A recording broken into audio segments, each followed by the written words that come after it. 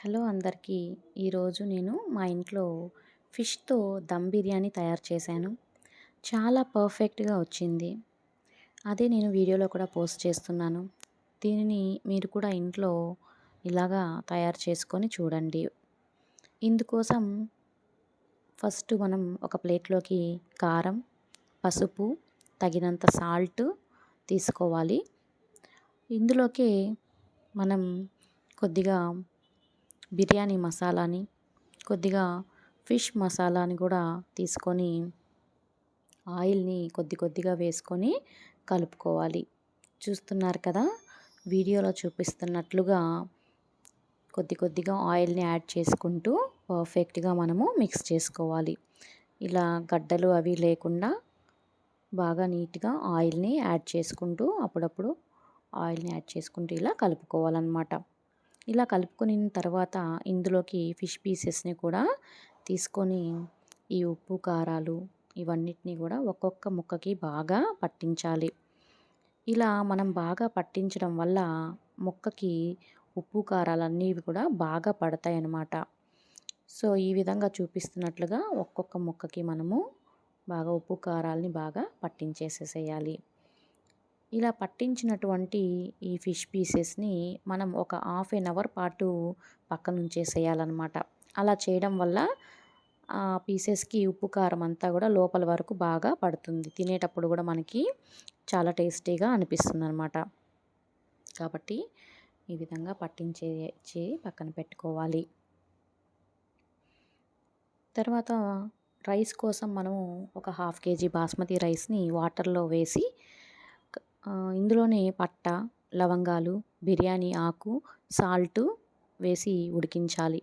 ఇలా ఉడుకుతున్న రైస్‌లోనే మనం కొద్దిగా నెయ్యిని కూడా యాడ్ చేసుకోవాలి. ఇలా చేయడం వల్ల రైస్ అనేది బాగా పొడి పొడిగా వస్తుందనమాట.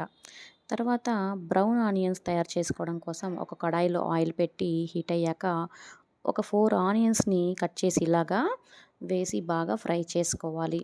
ఇలా చూస్తున్నారు కదా! ఈ విధంగా బ్రౌన్ కలర్ వచ్చే వరకు బాగా వేయించుకొని తీసుకొని పక్కన పెట్టుకోవాలి.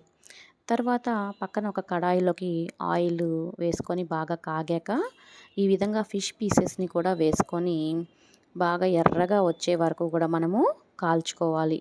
చూస్తున్నారు కదా! మనము ఈ ఫిష్ పీసెస్‌ని బాగా ఒక మంచి రెడ్డిష్ కలర్ వచ్చే వరకు బాగా ఫ్రై చేసుకోవాలి. ఈ ఫ్రై చేసుకున్నటువంటి ఈ పీసెస్‌ని మనము మరొక ప్లేట్‌లోకి ట్రాన్స్‌ఫర్ చేసుకోవాలి. చూస్తున్నారు కదా! ఎంత బాగా ఫిష్ అనేది కలర్ ఎంత బాగా వచ్చిందో. ఆ విధంగా మనము వీటిని పక్కన పెట్టుకోవాలి. ఈ ఆయిల్‌ని మనము సెపరేట్ చేసుకోవాలి. అదే ఆయిల్‌ని పక్కన మట్టి పాత్ర పెట్టుకొని, ఆ మట్టి పాత్రలో సగం వరకు బ్రౌన్ ఆనియన్స్‌ని వేసేసి మనం ఫిష్‌ని ఫ్రై చేసాం కదా! ఆ ఫిష్ ఆయిల్‌తోనే మనం ఇదంతా చేస్తున్నామనమాట. అందులోని అల్లం వెల్లుల్లి పేస్టు, పచ్చిమిర్చి వేయాలి. తర్వాత ఒక మిక్సీలోకి టమోటాలు, జీడిపప్పు, పచ్చిమిర్చి కూడా వేసి మిక్సీ చేసుకొని, ఆ మిక్సీ వేసిన దాన్ని కూడా ఇందులోకి ఆ మిశ్రమాన్ని కూడా వేసి బాగా కలుపుకోవాలి. ఇందులోకి కొద్దిగా నెయ్యి వేయాలి. నెయ్యిని కూడా వేసి మనం ఇప్పుడు కొద్దిగా కలుపుకోవాలన్నమాట. దీంట్లో ఇప్పుడు మనం పట్ట, లవంగాలను కూడా వేసుకోవాలి. బిర్యానీ ఆకును కూడా వేసుకొని మిశ్రమాన్నంతా కూడా బాగా కలుపుకోవాలి. ఒక పక్కన ఒక గిన్నెలోకి కొద్దిగా పెరుగుని తీసుకోవాలి. అందులోకి కారం, బిర్యానీ మసాలాని కూడా వేసి మనం బాగా దాన్ని మిక్స్ చేసుకోవాలన్నమాట. ఎందుకంటే ఇలా మిక్స్ చేసుకుంటే మనం ఆయిల్‌లో వేసినప్పుడు వెంటనే గడ్డలు కట్టకుండా ఉంటుంది. కాబట్టి దీనికోసం మనము ఈ విధంగా గడ్డలు లేకుండా బాగా ఒక స్పూన్ పెట్టి బాగా కలుపుకోవాలన్నమాట. ఇప్పుడు ఈ మిశ్రమాన్ని కూడా మనము ఆ వేగుతున్నటువంటి ఆయిల్‌లో దీన్ని కూడా వేసేసి మనము దీన్ని కూడా వేసి బాగా కలుపుకోవాలన్నమాట. ఇలా చేయడం వల్ల ఆ గ్రేవీ అనేది గడ్డలు లేకుండా చాలా పర్ఫెక్ట్‌గా వస్తుంది. చూస్తున్నారు కదా! ఈ విధంగా వేసి కలపాలి. అందులోనే కొత్తిమీర, పుదీనా తరుగును కూడా వేసుకొని కలిపి ఒక బౌల్‌లోకి సగం గ్రేవీ మొత్తాన్ని కూడా తీసి పక్కన పెట్టుకోవాలన్నమాట. ఇప్పుడు ఈ గ్రేవీలోనే మనం ఇందాక ఫ్రై చేసుకున్నటువంటి ఫిష్ పీసెస్ని కూడా ఒక లేయర్ లాగా పరుచుకోవాలి. చూస్తున్నారు కదా ఈ విధంగా. ఇప్పుడు మనం ఇందాక ఉడికించి పెట్టుకున్నటువంటి రైస్ని ఒక 80% ఉడికినటువంటి ఆ రైస్ని మనము ఒక లేయర్ లాగా పరుచుకోవాలన్నమాట.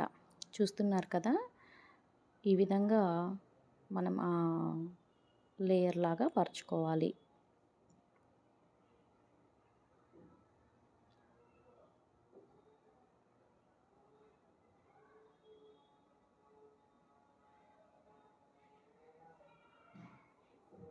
ఈ విధంగా పరుచుకున్న తర్వాత దీనిపైనకి బ్రౌన్ ఆనియన్స్, అంటే ఇందాక మనం చేసి పెట్టుకున్నాం కదా, అందులోంచి కొన్ని బ్రౌన్ ఆనియన్స్ని ఈ విధంగా మనము దానిపైన ఇలా చల్లుకోవాలన్నమాట.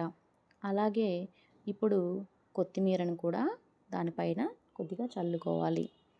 తర్వాత ఇందాక మనం పక్కన తీసి పెట్టుకున్నాం కదా, ఫిష్ ఆయిల్లో తయారు చేసినటువంటి గ్రేవీ ఏదైతే ఉందో ఆ ఫిష్ గ్రేవీ మొత్తాన్ని కూడా దీనిపైన ఒక లేయర్ లాగా మనము స్ప్రెడ్ చేసుకోవాలి.